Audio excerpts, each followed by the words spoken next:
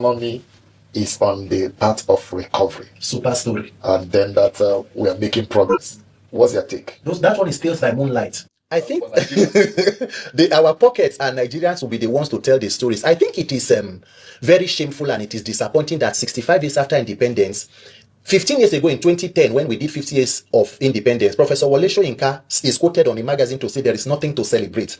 In 2015, if you want to know exactly where President Tinubu and the current government, the mischief we have in leadership about the economy, the major campaign and one of the policy statements of President Tinubu was on May 29, 2023. Subsidy regime is gone. They pride themselves in removing the corrupt subsidy from fuel subsidy. And I asked the question, Mr. President, if you want to be honest with yourself, it is true that there was corruption in subsidy. But the question is, between May 29th and today, October 2025, President Bola Ahmed Tinubu, how much have you saved exactly from fuel subsidy removal? Because subsidy in itself was not a problem. It is the criminality in subsidy. Subsidy is paid in different forms in different countries. What we call social securities are all subsidy. In fact, if you take out subsidy and you begin to increase money to governors without holding them accountable, you have only decentralized corruption. What you are telling us is that you have removed subsidy for the poor and are subsidizing the rich. So what is happening in Nigeria today is that we, the poor and average Nigerians, we are the subsidy for the wealthy, and you live in luxury.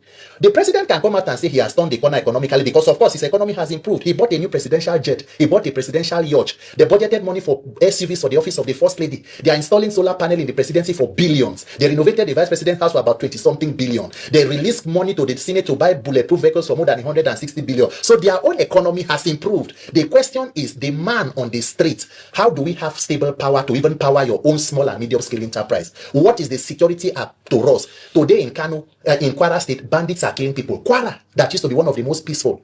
In Katsina, bandits are holding peace deals. We have security and insecurity officials. What I see is Nigeria being governed by political businessmen who see the citizens as customers for their trade. Nigerians must wake up and dismantle the structure of criminality. I take exception to that speech by the president. If President Tinubu is being honest, sir, can you have a policy statement from a British Prime Minister on something as important as fuel subsidy, and then you cannot account for exactly how much was saved from it? Let us say, okay, we saved 50 billion. Do you know what 50 billion can transform in the health sector? How much is ASU looking for?